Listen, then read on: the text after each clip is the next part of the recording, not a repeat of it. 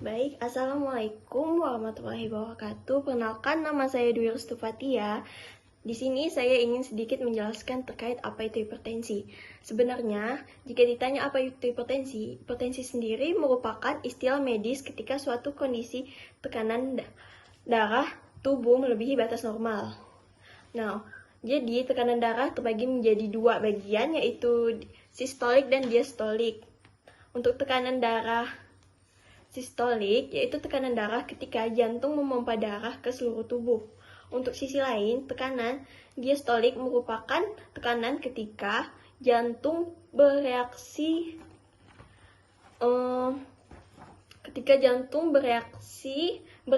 maksudnya, dan menerima darah sebelum kembali memompanya ke seluruh tubuh. Untuk hipertensi adalah kondisi di mana saat tekanan sistolik sendiri melebihi 140 mmHg dan juga diastoliknya sendiri melebihi 90 mmHg. Nah, apabila tekanan darah dibiarkan melebihi batas normal, dapat mengakibatkan komplikasi penyakit serius seperti stroke, gagal jantung, penyakit ginjal, dan lain-lain sebagainya. Oleh karena itu, hipertensi adalah penyakit yang perlu ditangani sejak dini. Untuk penyebab hipertensi sendiri, yang dimana kondisi ini berbeda-beda berdasarkan jenisnya, yaitu ada dua jenis, hipertensi primer dan juga sekunder. Untuk hipertensi primer, yang dimana ini belum diketahui secara pasti untuk penyebabnya, walaupun demikian, ada beberapa faktor pemicu dari hipertensi primer, seperti riwayat keluarga, genetik, gaya hidup tidak sehat, obesitas, dan lain-lain. Untuk hipertensi sekunder sendiri, yang dimana penyebab hipertensi ini diakibatkan oleh kondisi medis tertentu. Salah satunya penyakit yang cukup berkaitan dengan hipertensi sekunder, yaitu penyakit ginjal. Selain itu, hipertensi sekunder juga bisa disebabkan oleh beberapa kondisi lain seperti adanya produksi hormon aldosteron yang berlebih, serta produksi hormon kortisol yang berlebih juga, dan juga mengonsumsi obat-obatan tertentu seperti pil KB, dekongestan, dan lain-lain sebagainya. Untuk gejalanya sendiri, ada gejala yang bisa dirasakan oleh penderita hipertensi, namun perlu diingat, tidak semua penderita hipertensi akan merasakan gejala-gejala yang sama seperti ini. Seringkali kasus hipertensi ditemukan pada pasien yang tidak bergejala. Untuk beberapa gejala hipertensi adalah seperti sakit kepala, terutama di bagian belakang, adanya vertigo, tinnitus atau dengung di dalam telinga, masalah penglihatan, sesak napas, nyeri pada bagian dada, serta kondisi aritmia dan kelelahan. Untuk untuk diagnosisnya sendiri, hipertensi mula-mula dokter akan identifikasi terkait riwayat kesehatan dan melakukan pemeriksaan fisik kepada pasien. Habis itu, kemudian dokter atau para medis akan menggunakan alat untuk mengukur tekanan darah yang dimana memakaikannya di lengan dan ditiup juga di lengan. Hasil pengukuran akan dilihat berdasarkan 4 kategori tekanan darah secara umum.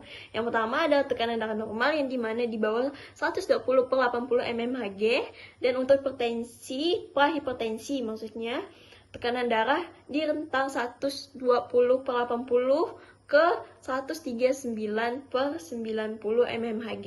Untuk hipertensi tahap 1, tekanan darah di rentang 140/90 mmHg hingga ke 159/99 mmHg. Untuk hipertensi tahap kedua sendiri, tekanan darah di atas 160/100 mmHg, dan krisis hipertensi tekanan darah di atas 180/120 mmHg, yang dimana kondisi ini sangat berbahaya dan darurat sehingga pasien perlu melakukan penanganan sesegera mungkin. Cara mengatasi hipertensi seperti melakukan secara medis agar penanganannya dapat dan tidak terlalu memburuk. Untuk menderita hipertensi sendiri, umumnya diharuskan untuk mengonsumsi obat seumur hidup agar tekanan darahnya dapat terjaga.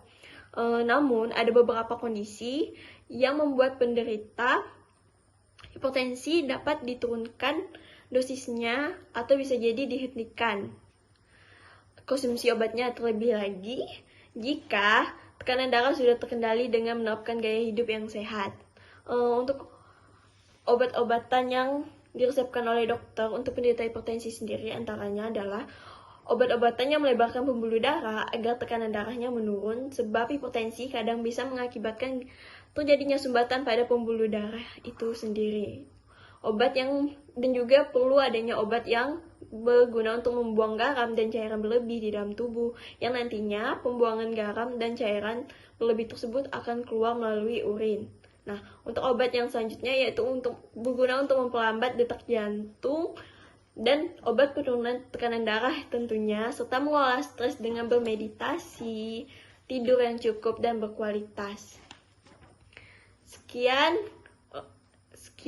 yang dapat saya paparkan terkait hipertensi. Untuk kurang dan lebihnya saya ucapkan terima kasih. Wassalamualaikum warahmatullahi wabarakatuh. Dadah.